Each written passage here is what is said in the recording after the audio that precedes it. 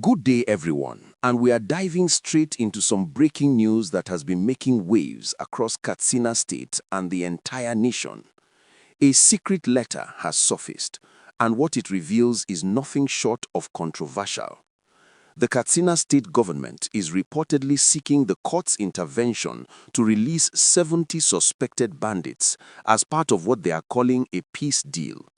Now, imagine waking up tomorrow to hear that someone who might have terrorized your neighborhood, or worse, kidnapped someone you love, is being set free, not because they were found innocent, but because the government believes it will bring peace.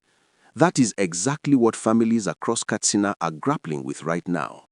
According to reports circulating today, January 9th, 2026, this secret letter was leaked to the public, and it has sparked massive reactions from Nigerians who are trying to understand the rationale behind such a move. Think about it this way. When someone wrongs you, maybe a friend betrays your trust or a colleague takes credit for your work, your first instinct is to want justice, right? Now, multiply that feeling by 1,000 and you begin to understand how victims of banditry feel when they hear that their attackers might walk free. The letter allegedly shows that the government is making arrangements with the judiciary to facilitate the release of these suspects who are currently in detention. Now, let us break this down and understand what is really happening here, because this is not just about Katsina State. This is about a dilemma that affects all of us as Nigerians. How do you balance the need for justice with the desire for peace? Katsina State, like many other states in the northwest region, has been dealing with severe security challenges for years.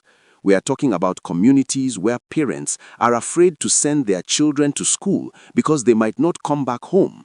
We are talking about farmers who cannot go to their own farms because they might be kidnapped or killed.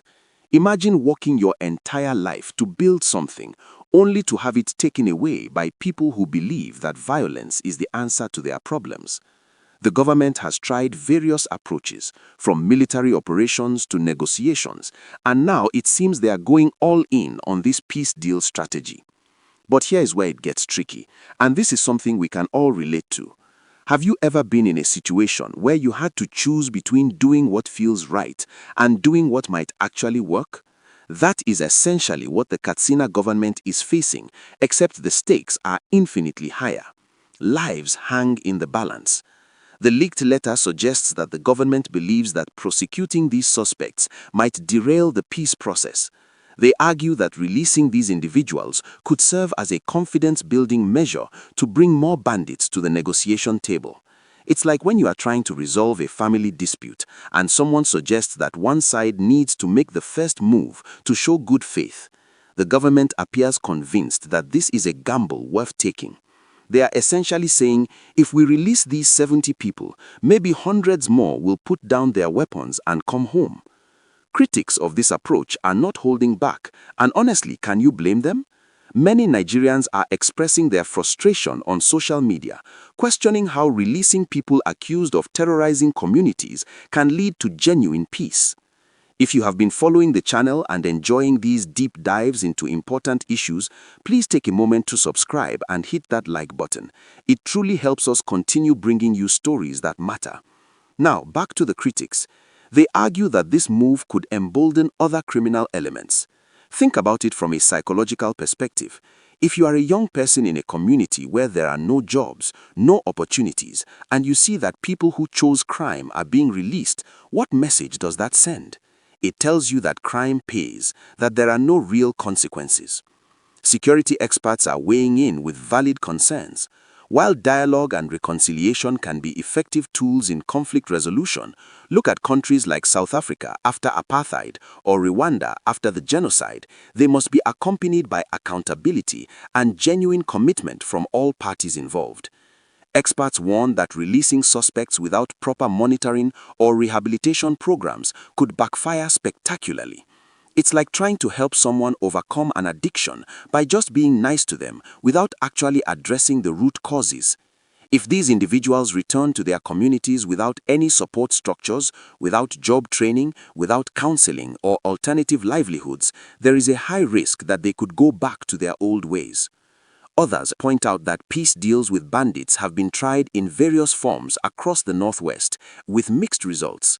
In some cases, and this is the heartbreaking part, bandits have taken advantage of the goodwill shown by the government to regroup and launch even deadlier attacks.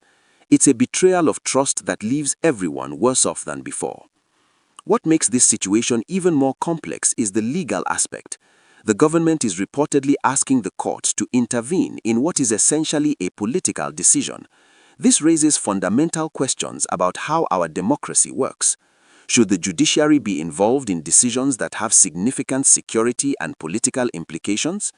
Legal experts have pointed out that if these suspects are in detention, it means they are either awaiting trial or have been charged with specific offenses. The reactions from residents of Katsina State have been mixed, and this is where the human element really comes through. Some people, especially living in areas heavily affected by banditry, are desperate for peace. When you have seen your children unable to attend school for years, when you have watched your farms destroyed, when you live in constant fear, you reach a point where you just want it to stop. For these people, if releasing these suspects means that attacks will stop and normalcy can return, they are willing to give it a chance. However, many others remain skeptical and fearful. They worry that this move is simply buying temporary peace while allowing dangerous individuals to roam free. It's like putting a bandage on a deep wound without actually treating the infection underneath. These concerned citizens are asking the hard questions. What happens 6 months from now? Will these released individuals truly change, or will they go back to the same criminal networks? As this story continues to develop, it is important that we all pay attention because this affects every single one of us. Whether you live in Katsina, Lagos, Port Harcourt, or anywhere in Nigeria, the precedent being set here matters. It speaks to bigger questions about how we handle crime, how we pursue justice, and what kind of society we want to create for future generations. Make sure you stay connected with us by subscribing to the channel so you don't miss any developments on this and other important stories affecting our nation.